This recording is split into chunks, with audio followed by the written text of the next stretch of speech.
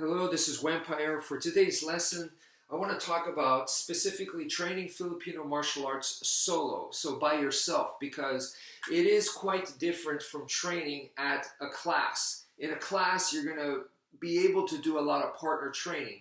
And if you're training home alone, obviously you're not going to have that kind of luxury. So what do when you're trying to learn Filipino martial arts by yourself? Well, the first thing that I recommend is the angles of attack. So, you're working on the forms. Essentially, this is our kata, right?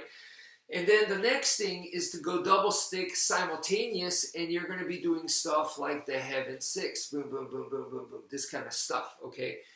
So that's all great. A lot of people stop after that. Like after that, they're like, okay, what else is there? And then they kind of like don't get much after that, because a lot of times what is normally taught in the Filipino martial arts is partner training after that. So it's kind of like, okay, so if I'm training by myself, there's really nothing else. And then people kind of like, they get bored, they die off. And it's really a darn shame.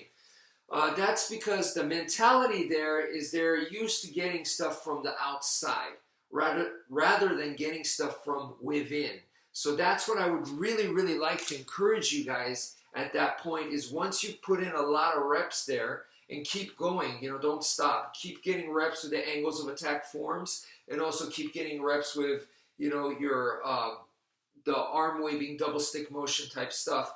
So keep doing the heaven six and all that. But from there, the mentality, and it doesn't have to be Filipino martial arts, it could be any martial arts style. If you have the mentality to gain from within, to look inside and work with the stuff that you already have, rather than, constantly going to an outside source and bringing stuff in. So what I mean by that is, like, let's take a look at Western boxing. So in boxing, you have your jab, cross, hook, and uppercut, right? Basic punches. And then from there, you're like, okay, then what? What's up with that? And in a boxing gym, it's probably, hey, you got to do conditioning, you got to do sparring, you got to work on the bag and whatever. People can get bored. That's why it's not for everyone. That's why it's really hard. You're just working with some real basic, just punches, and it's like, well, so if you're training martial arts, you got a lot more variety. You can add elbows, you can add kicks, you can add so many different more moves.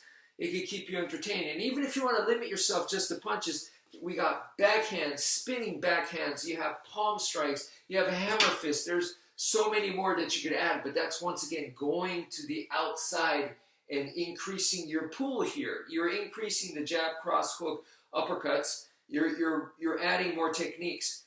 So rather than doing that where you're used to going out and feeding yourself that way, just also have the mentality to work with what you got, okay?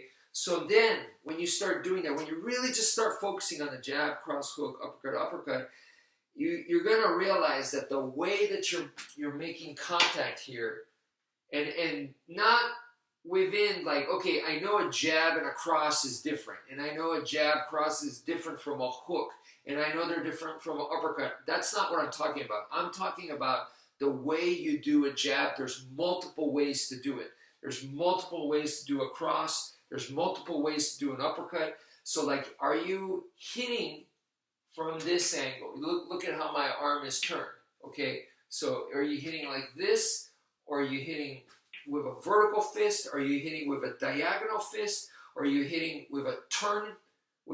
I mean, all that changes things.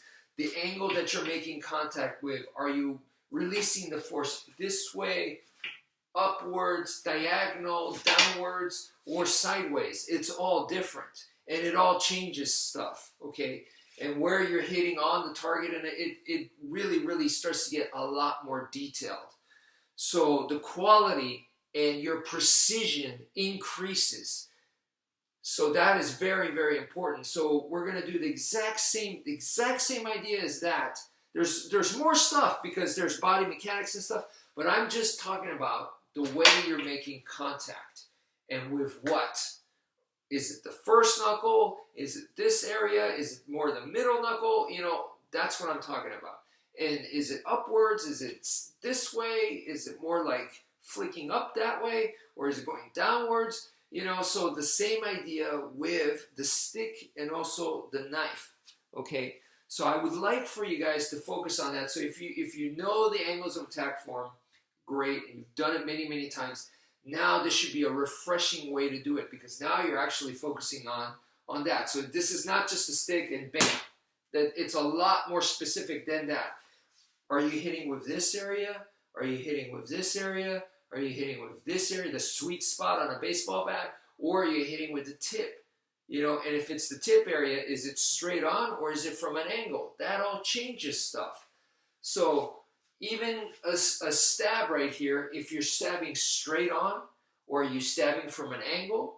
Are you stabbing from this angle? And then when you make contact, are you going up to the diagonal upper right, or are you going this way, or are you going that way, or are you going bottom?